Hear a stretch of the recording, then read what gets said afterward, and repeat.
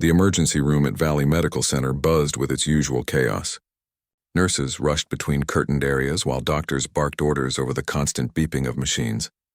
Dr. Marcus Thompson, a Navy SEAL medic turned civilian trauma surgeon, moved through the controlled madness with practiced ease. His hands, once steady enough to perform field surgery under enemy fire, now worked to save lives in a different kind of battlefield. Sarah Mitchell sat quietly in bed 7, her left arm cradled against her chest.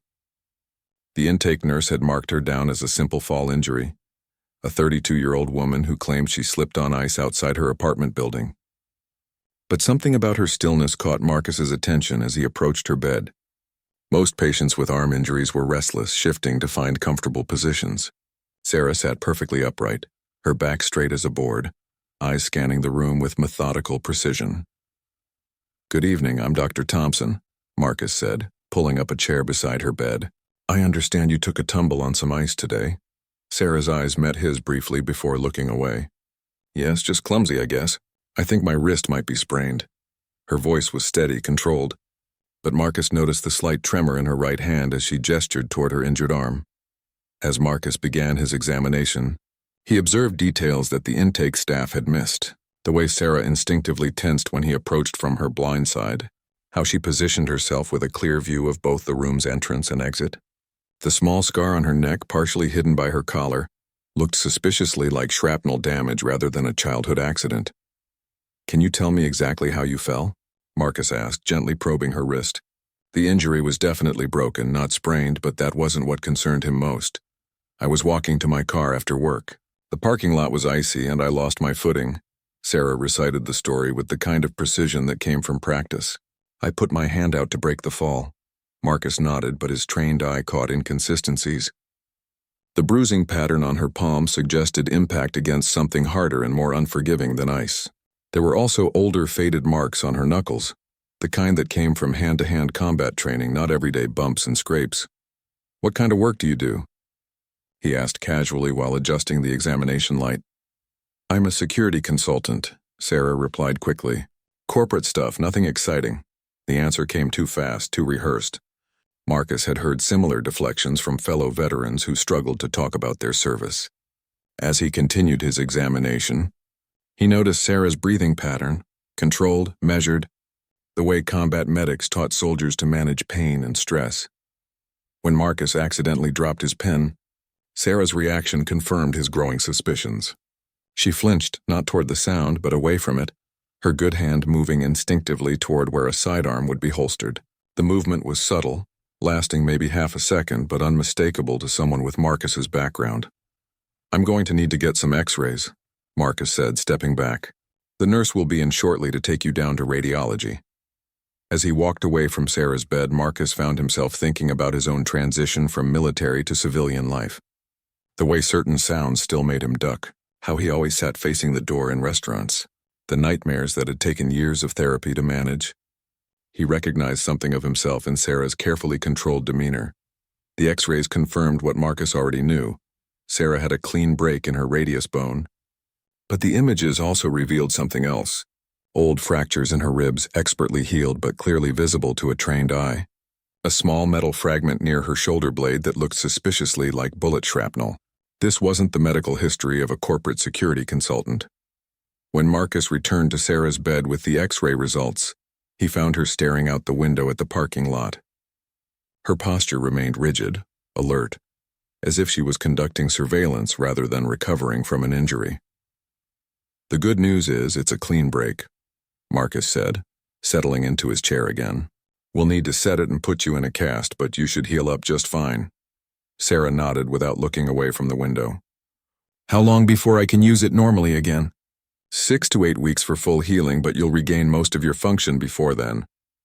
Marcus paused, choosing his words carefully. "Have you broken bones before?" "Once or twice. I'm accident-prone, I guess." Marcus glanced at the x-ray images again. The old rib fractures suggested something far more serious than accidents.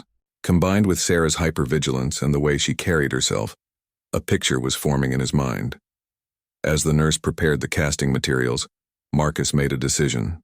He'd seen too many veterans struggle in silence, carrying wounds that went far deeper than broken bones. Whatever Sarah's story was, she was fighting battles that extended well beyond tonight's injury. "Sarah," he said quietly, "I want you to know that whatever brought you here tonight, you're safe now. And if you ever need someone to talk to, someone who might understand, I'm usually here most evenings." For the first time since he'd met her, Sarah's carefully constructed mask slipped slightly. Her eyes widened, and Marcus caught a glimpse of something vulnerable underneath all that control. But just as quickly, the walls went back up. "I appreciate that, doctor, but I'm fine, really." Marcus nodded, respecting her boundaries while making his position clear. As he began the process of setting her broken wrist, he couldn't shake the feeling that he was treating more than just a simple fall injury. The woman in bed 7 was a warrior, and warriors often carried their battles long after the fighting was supposed to be over. The emergency room continued its constant motion around them. But for Marcus, the focus had narrowed to this one patient and the story she wasn't telling. He'd treated enough combat veterans to know that sometimes the hardest wounds to heal were the ones that didn't show up on X-rays. 3 weeks later, Marcus was reviewing patient charts when he noticed a familiar name on the schedule. Sarah Mitchell had an appointment for a cast check. He found himself looking forward to seeing how she was healing, though he suspected her physical recovery was the least of his concerns. When Sarah arrived at the orthopedic clinic, Marcus was struck by how different she looked. The controlled tension he'd observed in the emergency room had given way to something that looked almost like exhaustion. Her clothes hung loosely on her frame, suggesting she'd lost weight, and there were dark circles under her eyes that spoke of sleepless nights. "How's the wrist feeling?" Marcus asked as he began examining her cast. "It's fine. No pain," Sarah replied. But her voice lacked the crisp precision he remembered from their first meeting. Marcus noticed she was favoring her right shoulder more than necessary for someone with a left wrist injury. When he asked her to move her arm through a range of motion, she winced in a way that had nothing to do with her broken bone. "Sarah, I'm seeing some muscle tension in your shoulders and neck that suggests you might not be sleeping well. Are you having any trouble with that?" She shrugged, immediately regretting the motion. "I've always been a light sleeper." Marcus had heard similar responses from countless veterans dealing with hypervigilance and insomnia. The way Sarah's eyes continuously scanned the small examination room, checking exits and potential threats, reminded him of his own behavior during his first months out of the service. As he updated her chart, Marcus made what seemed like casual conversation. "Have you been able to get back to work?" "I'm between contracts right now," Sarah said, which Marcus suspected was code for unemployed. "Security consulting must be interesting work. What kind of training does that require?" For a moment, Sarah's guard dropped completely. "I actually used to be," she started, then caught herself. "I mean, I learned most of it on the job." Marcus nodded, pretending not to notice her near slip. He'd seen that same struggle in the mirror during his own transition. The constant editing of personal history, the careful omission of military experience that civilian employers sometimes viewed with suspicion. When the cast check was complete, Marcus made another calculated decision. "Sarah, I know this might sound strange, but would you be interested in getting coffee sometime? There's a place near here that makes decent coffee, and I find it helps to talk to people who understand what it's like to start over in a new career." Sarah's eyes sharpened, studying his face with renewed interest. "What makes you think I'm starting over?" "Just a feeling," Marcus said carefully. "I went through my own career transition a few years ago. Sometimes it helps to talk to someone who's been there." For a long moment, Sarah was quiet. Marcus could practically see her weighing the risks of opening up against the potential benefits of human connection. Finally, she nodded slowly. "There's a coffee shop called Grounds on 5th Street. Do you know it?" "I do. How about tomorrow at 2? The next afternoon, Marcus arrived at Grounds to find Sarah already seated at a corner table with a clear view of the entire cafe. She'd chosen a position that allowed her to see both the front door and the back exit, a tactical choice that confirmed his growing suspicions about her background. "Thanks for meeting me," Marcus said, settling into the chair across from her. "I hope you don't mind, but I took the liberty of doing a little research after our appointment yesterday." Sarah tensed immediately. "What kind of research?" "The kind that tells me Sarah Mitchell didn't exist before about 18 months ago," Marcus said gently. "At least not in any public records I could find." The color drained from Sarah's face, and Marcus quickly held up his hands in a peaceful gesture. I'm not here to cause problems. I'm here because I recognize someone who's been where I've been. And where is that exactly? Sarah's voice was tight, controlled. Coming home from a war that nobody talks about to a country that doesn't quite know what to do with people like us. Marcus leaned forward slightly. I spent 8 years as a Navy SEAL medic, 3 tours in Afghanistan, 1 in Iraq. When I came back, I spent 2 years trying to figure out how to be a civilian again. Sarah's rigid posture softened slightly, but her expression remained guarded. What makes you think I was military? Marcus smiled sadly. The way you move. The way you scan rooms. The old injuries I saw on your x-rays. The fact that you chose this table specifically because it gives you the best tactical advantage in the room. He paused. And because when I mentioned starting over in a new career, you didn't ask what my old career was. For the first time since he'd met her, Sarah's carefully constructed walls began to crumble. How long have you known? I suspected from the first night in the ER. You carry yourself like someone with combat training.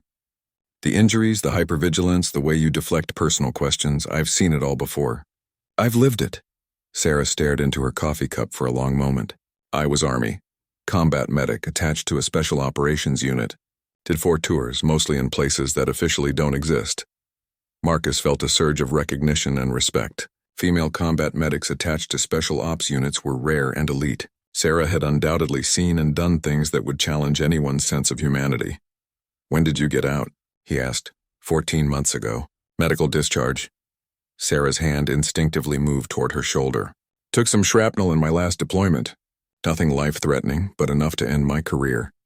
And you've been trying to figure out civilian life ever since? Trying and failing, Sarah admitted. Turns out combat medic doesn't translate well on civilian resumes. Most employers either don't understand what that means or they're afraid of what it means. Marcus nodded. He'd faced similar challenges when applying for civilian medical positions. Many hospitals were hesitant to hire former military medical personnel, assuming they'd be too rigid or traumatized to work effectively with civilian patients. The hardest part, Sarah continued, is that I was good at what I did. Really good. I saved lives under impossible conditions, and now I can't even get hired as a security guard because I don't have the right civilian certifications. Is that why you changed your name? Sarah's laugh was bitter. Sarah Mitchell is easier to live with than Staff Sergeant Elena Rodriguez. Less questions about where I've been and what I've done. Marcus felt the weight of her words. He'd been fortunate to transition into a field where his military medical experience was valued, but he knew many veterans weren't so lucky. The military had trained them to be weapons, then sent them home and expected them to seamlessly integrate into a society that had no framework for understanding their experiences. Elena, Marcus said, testing the name, that fits you better than Sarah. For the first time since they'd met, Elena smiled, a small, genuine expression that transformed her entire face. I haven't heard my real name spoken by someone who knew what it meant in over a year. As they continued talking, Marcus began to understand the full scope of Elena's struggle. She was living in a cheap apartment under an assumed identity, burning through her savings while trying to find employment. The isolation was eating away at her, but she'd been afraid to reach out to veteran services or support groups for fear of compromising her new identity. Why the name change? Marcus asked gently. Was there trouble when you got out? Elena's expression darkened. Let's just say that some of the people I worked with overseas have long memories and longer reach. Starting fresh seemed like the safest option. Marcus understood. Special operations often involved making enemies who didn't recognize the boundaries between military service and civilian life. Elena wasn't just dealing with typical veteran reintegration challenges. She was hiding from shadows that might never stop hunting her. Over the following weeks, Marcus and Elena met regularly for coffee. Their conversations gradually shifted from polite veteran small talk to deeper discussions about the challenges of carrying invisible wounds.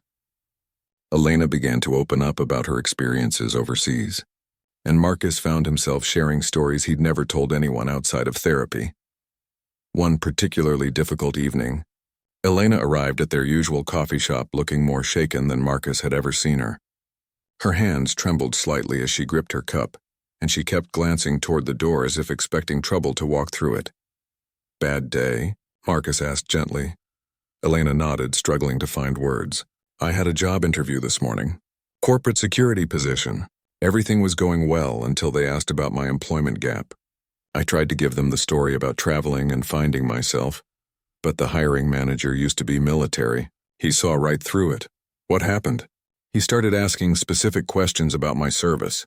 Wanted to know my unit, where I deployed, what my specialty was. Elena's voice grew quieter. I panicked and walked out. Marcus could see the frustration and shame in her expression. Elena had been trained to handle life or death situations with calm precision, but a simple job interview had rattled her to the core.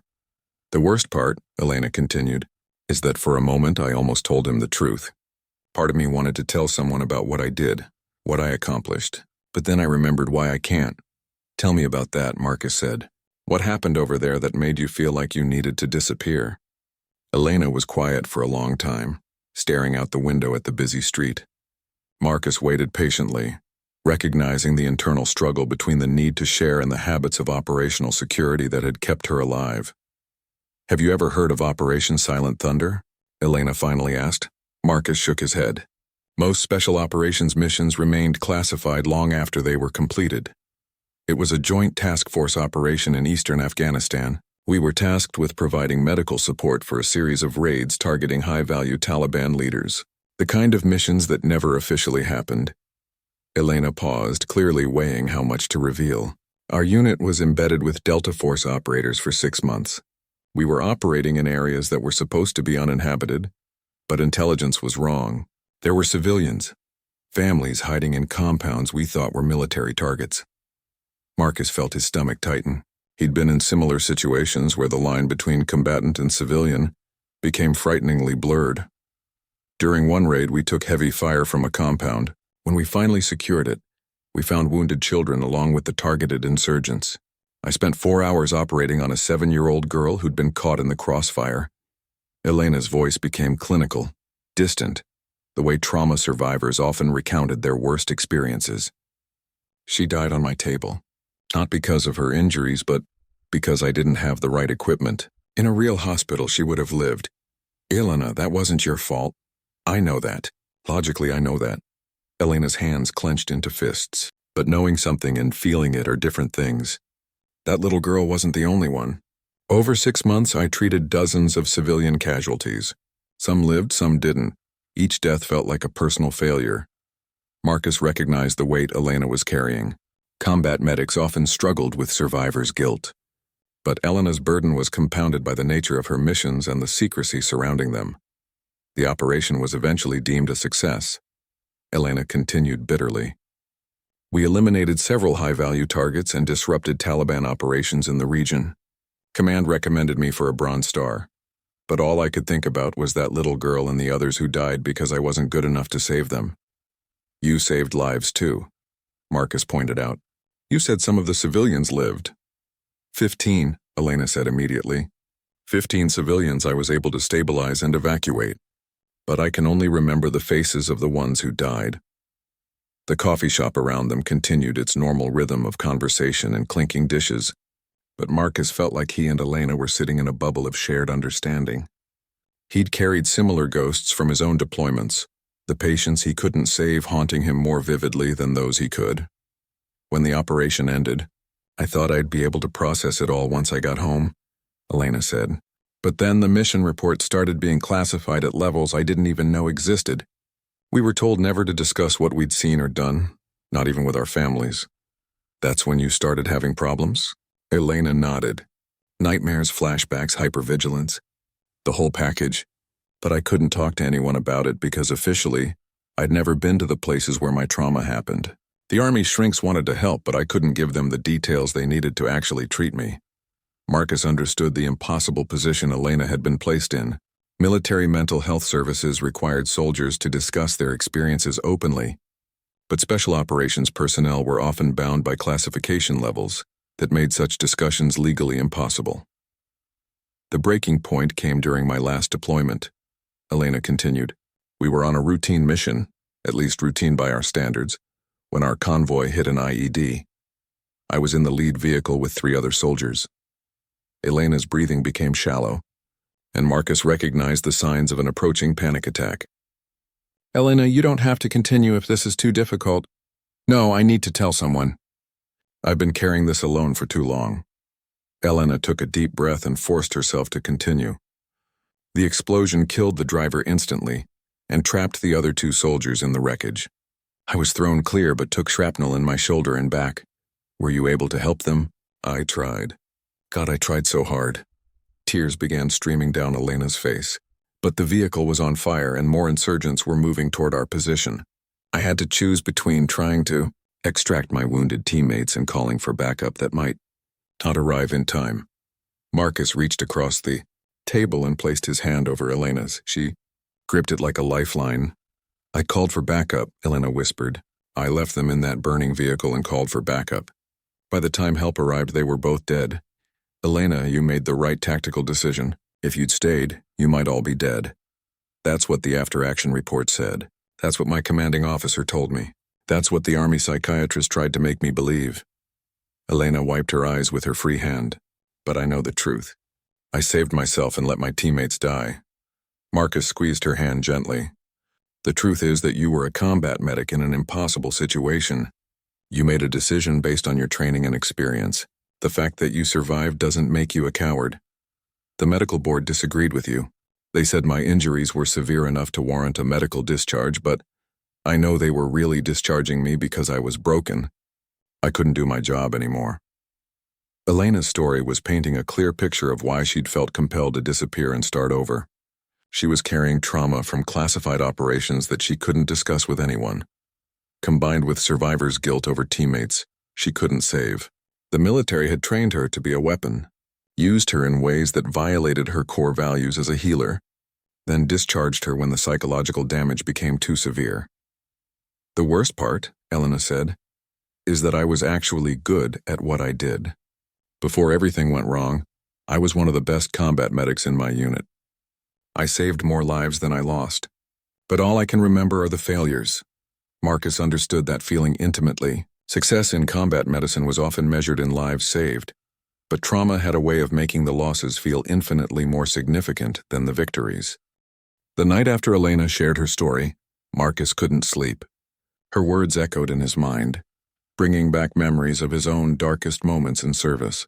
He'd seen similar patterns in other veterans, elite soldiers who excelled under pressure, but struggled to process the moral complexities of their missions once they returned home.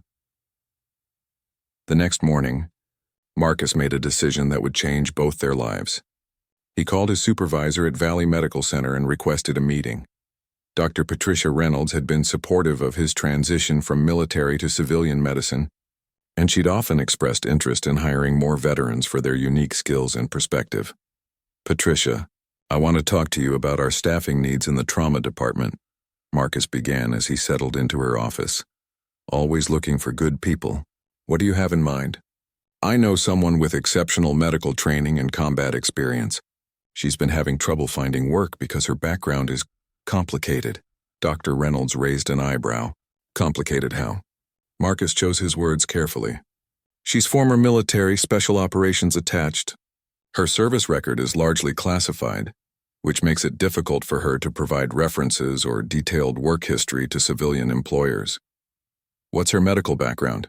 Combat medic with advanced trauma training, 4 deployments, extensive experience with emergency surgery under extreme conditions. She's probably treated more gunshot wounds and blast injuries than most of our senior residents.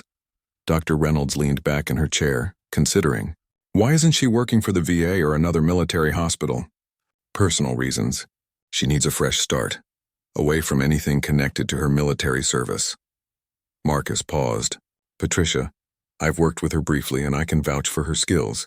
She's exactly the kind of person we need in our trauma bay. Can you arrange for me to meet her?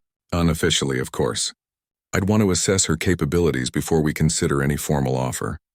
Marcus felt a surge of hope. I think I can make that happen. That evening, Marcus approached Elena with his proposal. They were walking through a quiet park near her apartment, one of the few places where Elena seemed to relax slightly. I have an idea, Marcus said carefully. There might be a way for you to get back into medicine without having to explain your entire military history. Elena stopped walking. I'm listening. My supervisor at Valley Medical is looking for experienced trauma personnel. She's willing to meet with you informally, Assess your skills without requiring a detailed background check. Marcus, I can't provide medical references. Most of my commanding officers can't acknowledge that they even know me. I know, but your medical skills speak for themselves. If you can demonstrate your capabilities, Patricia might be willing to take a chance on you. Elena was quiet for a long moment, and Marcus could see her weighing the risks. What would I tell her about my background? The truth as much as you can share. You're a former Army medic with advanced trauma training. You were deployed multiple times and treated combat casualties. The specific details of where and when don't matter as much as what you learned how to do. And if she asks about why I left the military? Medical discharge due to injuries sustained in combat. That's not a lie, and it's enough to explain the gap in your work history. Elena resumed walking, her pace slightly faster as she processed the possibility. I haven't worked as a medic in over a year. What if I've lost my edge? Skills like yours don't disappear overnight. And trauma medicine is trauma medicine, whether it's happening in a field hospital or a civilian emergency room.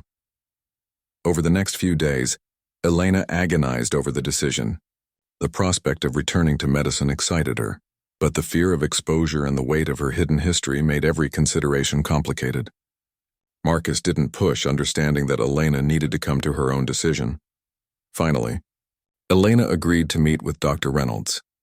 They arranged to meet at the hospital during a quiet afternoon shift, allowing Elena to observe the trauma bay operations before any formal interview. Marcus introduced Elena as a former Army medic who was considering returning to medicine. Dr. Reynolds, a veteran herself from her days as a Navy flight surgeon, immediately recognized something familiar in Elena's bearing and manner of speaking. Tell me about your military medical experience, Dr. Reynolds said as they watched the controlled chaos of the emergency department through the observation window. I was a 68W combat medic for 8 years, advanced trauma training, including field surgery and emergency procedures. I was deployed to Afghanistan and Iraq multiple times, attached to various units depending on mission requirements. Elena's answers were precise and professional, but Marcus noticed she was gripping the window ledge with white knuckles. What kind of casualties did you typically treat? Dr. Reynolds asked. Everything from minor combat injuries to mass casualty events. Gunshot wounds, blast injuries, traumatic amputations, severe burns. I performed emergency surgery in field conditions, often with limited supplies and under hostile fire. As Elena spoke, her clinical detachment impressed Dr. Reynolds. This was someone who had seen the worst possible medical emergencies and learned to function effectively. Despite the chaos, would you be comfortable working in a civilian trauma environment? The pace can be intense, but it's different from combat medicine. I think I'd prefer it, Elena said honestly. Civilian trauma patients aren't usually trying to kill you while you're treating them. Dr. Reynolds smiled at that. Fair point. Would you be willing to demonstrate some of your skills? We have a simulation lab where we train our residents. Elena's eyes lit up for the first time since Marcus had known her. I'd like that. The simulation lab contained sophisticated medical mannequins that could replicate various trauma scenarios. Dr. Reynolds set up a scenario involving multiple gunshot wounds and severe bleeding. The kind of case that would challenge even experienced trauma surgeons. As soon as the simulation began, Elena transformed. The hesitant, guarded woman Marcus knew disappeared, replaced by a confident medical professional who moved with practiced efficiency. Her hands were steady as she assessed the injuries, prioritized treatment, and began emergency procedures. I need 2 units of O-negative. Stat, Elena called out, falling into the familiar rhythm of trauma medicine. Get me a chest tube tray and prep for emergency surgery. Marcus watched in amazement as Elena worked. This was who she'd been before trauma and survivor's guilt had broken her down. A highly skilled medical professional who thrived under pressure.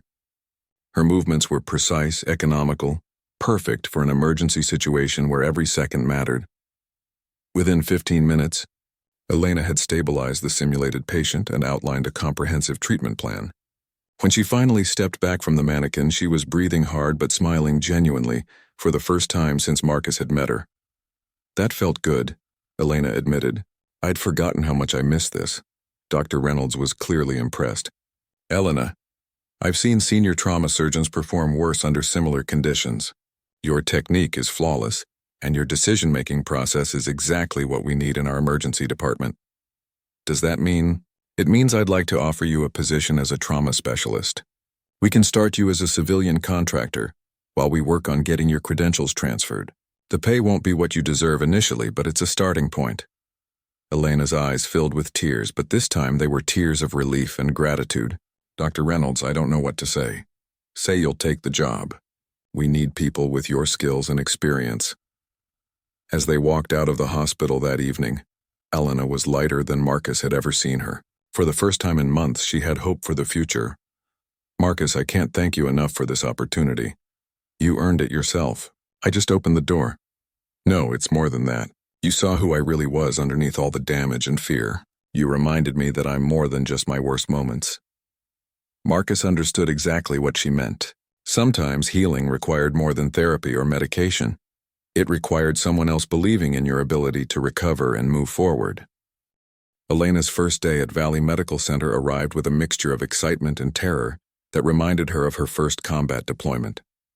She'd spent the previous week reviewing civilian medical protocols and familiarizing herself with equipment that was far more advanced than anything she'd used in field hospitals. Marcus met her in the staff parking lot, recognizing the controlled nervousness in her movements. Ready for this? As ready as I'll ever be, Elena replied, adjusting her new hospital ID badge. The name read Elena Rodriguez. Dr. Reynolds had suggested she use her real name in a medical setting where trust and authenticity mattered more than anonymity. The trauma bay was quieter than usual for a Monday morning, which gave Elena time to orient herself without the pressure of immediate emergencies. The other staff members were curious about the new trauma specialist, but Marcus had briefed them to avoid asking too many personal questions about Elena's background. Dr. Sarah Chen, the head trauma nurse, took Elena under her wing during the orientation. Marcus tells me you have extensive experience with emergency medicine. That's right. Different setting, but the principles are the same. Well, you picked a good day to start easy. We usually don't see major trauma cases until later in the... She was interrupted by the piercing sound of the emergency radio. Incoming trauma, ETA 5 minutes. Multiple vehicle accident on Highway 95. 3 casualties, 2 critical. Elena felt her pulse quicken, but it was the familiar adrenaline rush of preparing for action, rather than the panic she'd expected. What do you need me to do? Take bed 3. We'll have the most critical patient coming to you, Dr. Chen replied, already moving to prepare equipment. As the ambulance sirens grew louder, Elena found herself falling into the mental state that had kept her alive and functional through 4 combat deployments. The hypervigilance and constant alertness that made civilian life so difficult suddenly became assets in a medical emergency. The first patient, wheeled through the doors, was a middle-aged man with multiple lacerations and obvious internal injuries. Elena immediately began her assessment, her hands moving with practiced efficiency as she checked vitals and evaluated the extent of damage. Possible internal bleeding. Definitely has a pneumothorax, Elena called out to Dr. Chen. I need a chest tube kit and 4 units of O-negative blood. Marcus watched from across the trauma bay as Elena worked. This was a completely different person from the anxious, guarded woman he'd been meeting for coffee. In a medical emergency, Elena's military training and combat experience transformed her into exactly the kind of professional every trauma center needed. How's your pain level? Elena asked the patient as she prepared to insert the chest tube. Her voice was calm and reassuring despite the urgency of the situation. It hurts pretty bad, the man gasped. I know. We're going to take care of that right now. Elena's tone was confident without being dismissive. You were in a car accident, but you're going to be okay. I need you to stay still while I help you breathe easier. As Elena worked, Marcus noticed several things that set her apart from other medical professionals. Her movements were economical and precise, wasting no motion or time. She maintained constant communication with her patient, keeping him calm while working efficiently. Most importantly, she never showed any hesitation or uncertainty, even when dealing with complex procedures. The chest tube insertion went smoothly, and the patient's breathing immediately improved. Elena quickly moved on to addressing his other injuries, prioritizing treatment based on combat triage principles that emphasized saving the most lives possible with available resources. Nice work, Dr. Chen commented as they stabilized the patient for surgery. Where did you train? That was textbook trauma care. Army Medical Corps, Elena replied simply, not elaborating further. As the day progressed, Elena handled 3 more trauma cases with the same level of competence and calm professionalism. By evening, word had spread through the hospital about the new trauma specialist who worked like she'd been doing it for years. During a brief break between patients, Marcus found Elena in the staff break room, staring out the window at the parking lot. "How are you feeling about your first day?" "Honestly, better than I've felt in months," Elena admitted. "I'd forgotten what it was like to use my skills for something purely positive. Every patient today went home alive because of what we did. That's what medicine is supposed to be about. It is. But in combat, the lines get blurred. You're trying to save lives while other people are trying to take them. Here, everyone wants the same thing, to help people heal." Elena paused. "It feels clean in a way that combat medicine never did." Their conversation was interrupted by another emergency call. This time it was a construction worker who'd fallen from scaffolding and sustained multiple fractures and head trauma. Elena took the lead on the case, directing the team with quiet authority. As she worked to stabilize the patient, Elena noticed something that made her pause. The man's injuries were consistent with explosive blast trauma rather than a simple fall. His clothing showed burn patterns and there were small metal fragments embedded in his arms and chest. "Doctor, what's your assessment?" Dr. Chen asked, noticing Elena's focused examination. "This wasn't a construction accident," Elena said quietly. "Someone needs to call the police." This man was injured in an explosion. Before anyone could respond, Elena was already adapting her treatment approach. Instead of focusing solely on the obvious fractures, she began checking for internal injuries consistent with blast trauma, ruptured organs, internal bleeding, and potential brain injury from shock waves. Her instincts proved correct. The construction worker had been injured when a gas leak caused an explosion at the job site.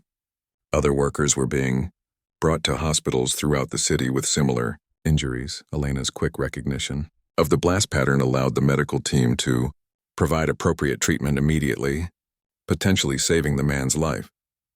More importantly, her alert to law enforcement helped them identify the gas leak before it could cause additional explosions.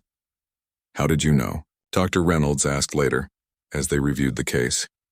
"Pattern recognition. I've seen a lot of blast injuries," Elena replied without elaborating on where or when. Dr. Reynolds nodded, understanding that some knowledge came from experiences that weren't easily discussed.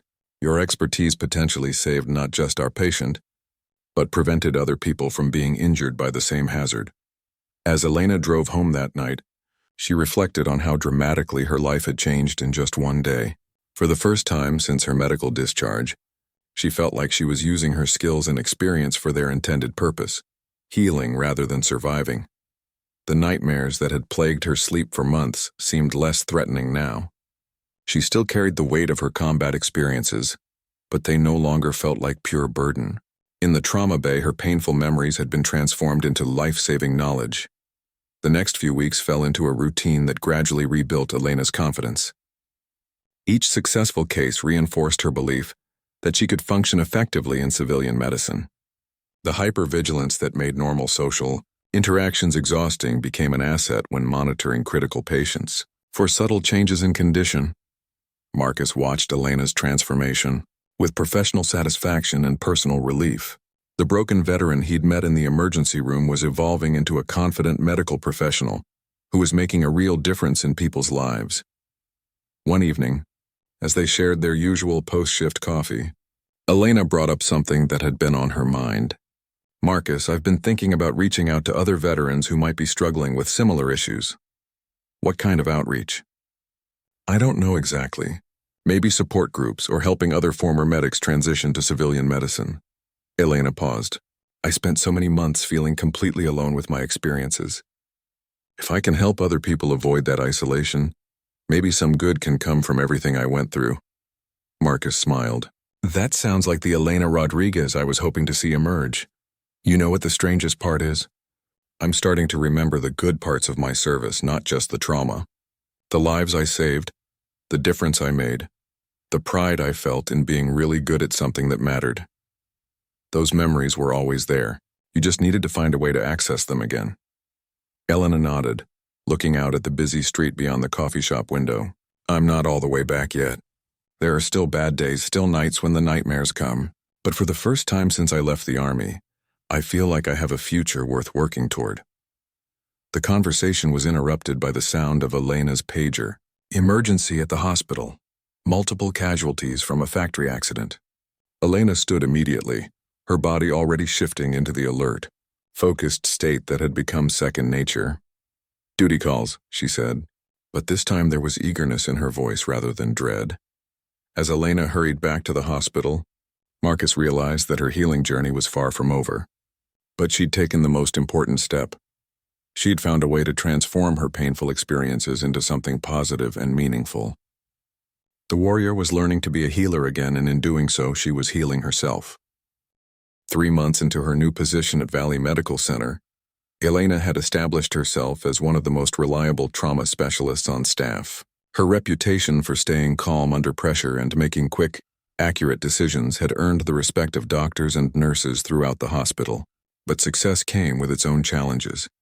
The better Elena became at her job, the more visible she became within the medical community. Her innovative approaches to trauma care had caught the attention of medical journals, and Dr. Reynolds was encouraging her to present her techniques at professional conferences. The prospect of that level of exposure terrified Elena more than any combat situation she'd ever faced. "I can't give presentations," Elena told Marcus during one of their evening walks. "What if someone recognizes me? What if questions come up about where I learned these techniques?" "Elena, you're talking about medical conferences, not military briefings. Nobody's going to interrogate you about classified operations. You don't understand. Some of the procedures I developed were in response to specific types of injuries that only occur in certain combat scenarios. If I start talking about those techniques in detail, people with the right background will know exactly where I've been and what I've done." Marcus recognized the paranoia in Elena's voice, but he also understood that her fears weren't entirely irrational. Special operations personnel did sometimes face consequences for their service long after their deployments ended. Their conversation was interrupted by Elena's phone ringing. She glanced at the caller ID and immediately tensed. "Unknown number. I never answer unknown numbers." The phone stopped ringing, then immediately started again. Elena stared at it with growing anxiety. "Elena, it could be the hospital." "Maybe there's an emergency." Reluctantly, Elena answered. "Hello? Staff Sergeant Rodriguez. This is Colonel James Mitchell from Army Personnel Command." Elena's face went white. Marcus watched as she struggled to find her voice. There must be some mistake. I don't know anyone by that name." "Sergeant, we need to talk.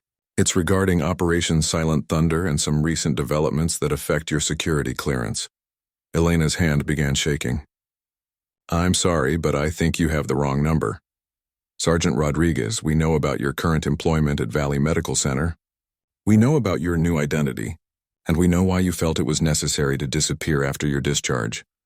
Elena sank onto a nearby bench, the color draining from her face completely. "What do you want?" 20 minutes. The coffee shop on 5th Street where you've been meeting with Dr. Thompson. Come alone." The line went dead. Elena stared at the phone in horror. "Elena, what's happening?" Marcus asked, sitting beside her. "They found me." "The Army found me." Elena's voice was barely a whisper. "I don't know how, but they know everything. Where I work, who I've been talking to, even about you. Maybe it's not what you think. Maybe they need your help with something. Marcus, you don't understand. People like me don't get friendly calls from Army Personnel Command. When they track you down after you've gone underground, it's because something has gone very, very wrong." Elena stood up, pacing in tight circles as her military training warred with civilian panic. "I have to go meet with him. If I don't show up, they'll just come to the hospital, and that would be worse. I'm coming with you." "No." He specifically said to come alone. "If you're there, it could make things worse for both of us." Marcus wanted to argue, but he recognized the fear in Elena's eyes. Whatever was happening, she believed her safety, and possibly his own, depended on following the colonel's instructions exactly. 20 minutes later, Elena walked into Ground's coffee shop to find a man in civilian clothes sitting at her usual corner table. Colonel Mitchell was younger than she'd expected, probably in his early 40s, with the kind of quiet intensity that marked career special operations officers. "Sergeant Rodriguez, thank you for coming. It's Elena Mitchell now legally, and I'm no longer Sergeant anything. Please sit down. We have a lot to discuss." Elena remained standing, every instinct telling her to run. How did you find me? Facial recognition software flagged you during a routine security sweep of public records. Your new identity is good, but not good enough to fool military intelligence when we're specifically looking for someone. Why were you looking for me? Colonel Mitchell gestured to the empty chair across from him. Please, this will be easier if you sit down. Reluctantly, Elena took the seat, positioning herself so she could see both exits and keep her hands free. 3 weeks ago, intelligence assets in Afghanistan intercepted communications indicating that several former members of your Operation Silent Thunder unit have been targeted for elimination. Elena's blood ran cold. Targeted by whom? We believe it's connected to the civilian casualties from your operations. Family members of some of the people killed during those raids have apparently decided that official channels aren't sufficient for justice. What does that have to do with me? I was a medic. I tried to save the civilians who were wounded. You were also the only member of your unit who could positively identify which civilians were treated and which ones died. According to our intelligence, you're considered a high-value target because of what you witnessed. Elena felt the familiar tightness in her chest that preceded a panic attack. Are you telling me that people are actively hunting me? We believe so. 2 other members of your unit have already been killed in what appeared to be random civilian crimes, but our analysis suggests they were targeted assassinations. The coffee shop around them continued its normal operations, but Elena felt like she was sitting in a bubble of unreality. What do you want from me? We want to bring you back under military protection while we assess the threat level and develop appropriate countermeasures. Back under military protection means what exactly? Relocation to a secure facility, new identity documentation, and assignment to a military medical facility where we can ensure your safety. Elena shook her head immediately. No, I can't go back. I finally found a place where I can use my skills without the weight of classification and operational security. I'm not giving that up. Sergeant, you may not have a choice. If our intelligence is correct, staying in your current situation puts not only you at risk, but everyone around you. Elena thought immediately of Marcus, of Dr. Reynolds, of all the medical staff who had welcomed her into their professional family. How serious is the threat? Serious enough that we've been authorized to take extraordinary measures to protect former Silent Thunder personnel. The people tracking you have significant resources and motivation, and if I refuse military protection, Colonel Mitchell's expression was grim, then you're on your own, and we can't guarantee your safety or the safety of the people around you. Elena stared out the window at the street where she'd begun to rebuild her life. How long do I have to decide? 48 hours. After that, the threat assessment suggests that remaining in place becomes untenable. And if I agree to protection, what happens to my job at the hospital? To the life I've built here? Elena Rodriguez would have to disappear again, permanently this time. We'd create a new identity and place you somewhere that your skills can be utilized. But it would mean starting over completely.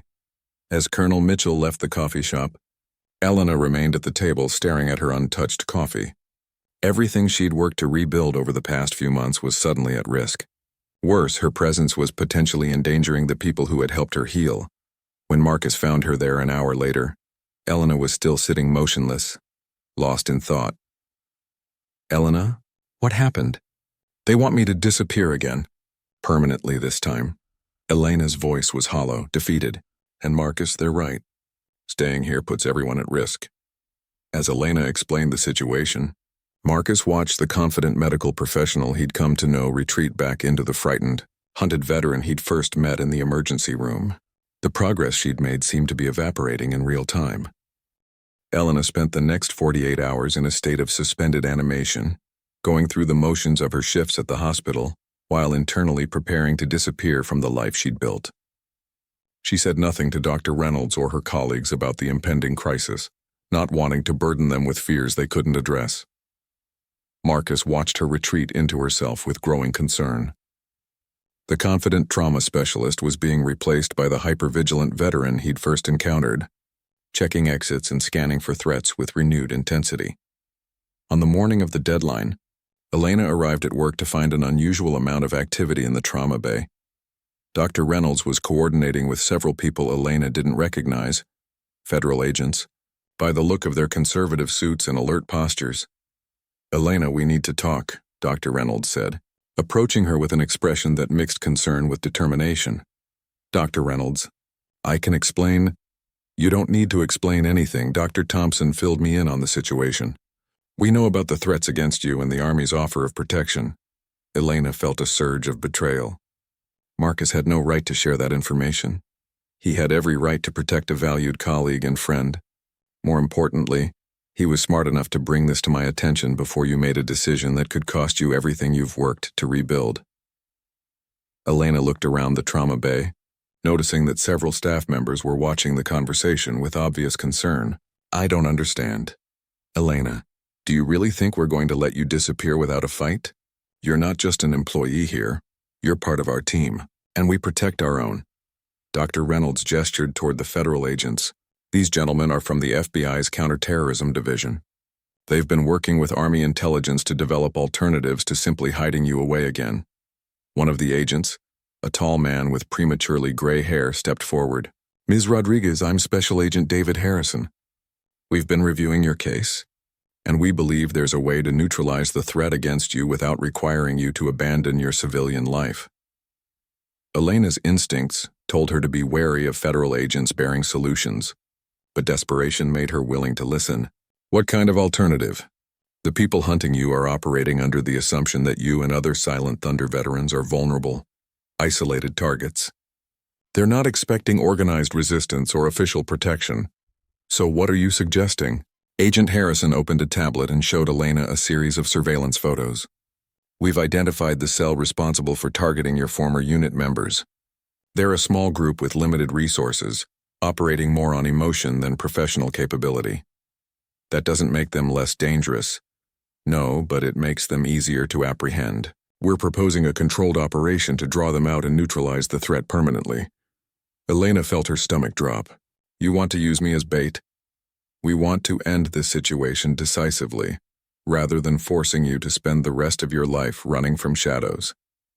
Dr. Reynolds intervened.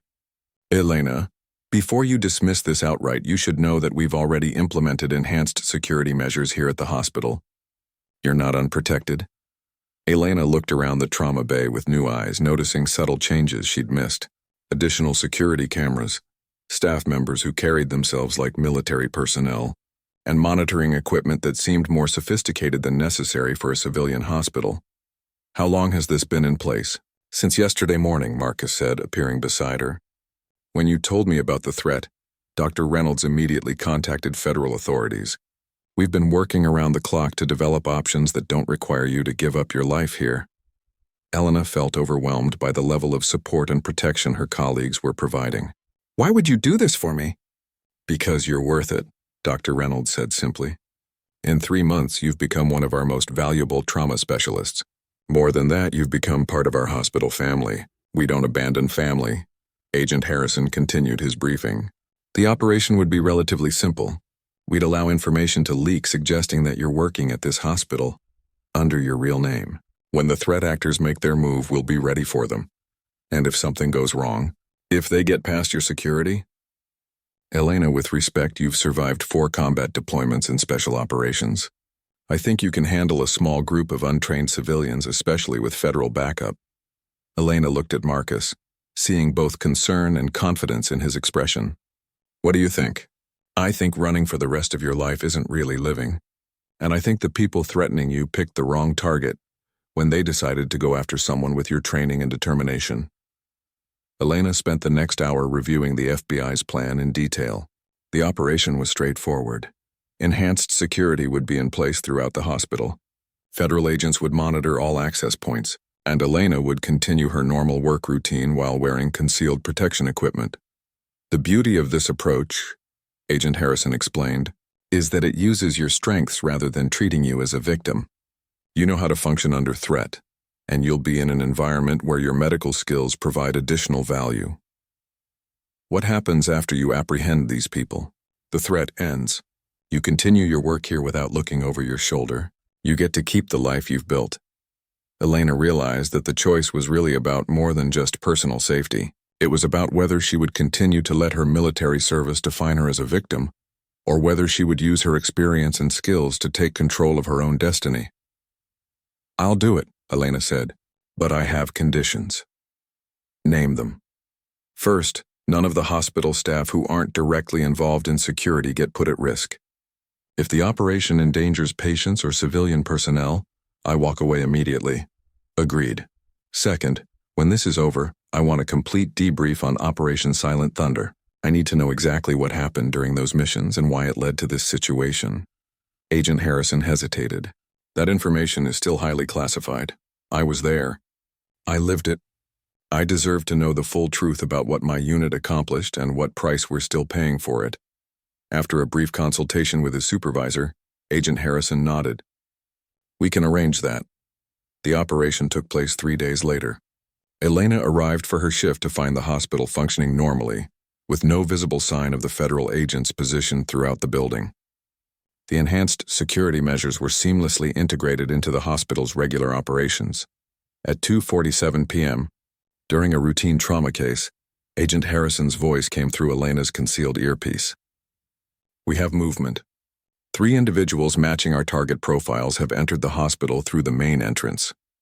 Elena continued her medical work, her training allowing her to maintain focus on her patient, while remaining alert to the developing situation around her. "Elena, they're heading toward the trauma bay," Marcus said quietly, approaching her station with a medical chart that he didn't really need to deliver. As the 3 men entered the trauma area, Elena recognized the determined expressions of people who had come to settle a perceived debt. They moved like amateurs, too obvious, too focused on their target to notice the subtle signs of increased security around them. The confrontation was anticlimactic. Federal agents moved in from multiple directions before the threat actors could even identify Elena. Among the medical staff, the men were detained without violence, their weapons secured before they could be used. As Elena watched them being led away in handcuffs, she felt a profound sense of closure. These weren't the unstoppable enemies her imagination had created. They were grieving family members who had chosen violence over justice, and who had underestimated both her capabilities and her support system. 6 months later, Elena stood before a medical conference in Denver, presenting her innovative trauma care techniques to an audience of emergency medicine professionals. The classified details of where she'd developed these methods remained unspoken, but their effectiveness in saving lives was undeniable. After her presentation, she found Marcus waiting in the hotel lobby with 2 cups of coffee and a satisfied smile. "How does it feel to be a recognized expert in civilian trauma care?" he asked. "It feels like coming full circle," Elena replied. "All those experiences that I thought were just traumatic baggage. They're actually valuable knowledge that can help save lives." "Any regrets about staying and fighting instead of disappearing?" Elena considered the question seriously. "No regrets. For the first time since I left the Army, I feel like I'm exactly where I'm supposed to be, doing exactly what I was trained to do." She looked out the hotel window at the busy Denver street, no longer scanning for threats or planning escape routes. "Marcus, do you remember that first night in the emergency room when you said I was safe?" "I remember. I didn't believe you then. But you were right. I just had to learn how to be safe while still being myself." Elena Rodriguez had finally found the balance between her warrior past and her healer's future. The room that had once held its breath in recognition of her hidden pain now exhaled in celebration of her triumph over it. She was no longer wounded but silent. She had found her voice, her purpose, and her place in a world that had room for both her skills and her scars.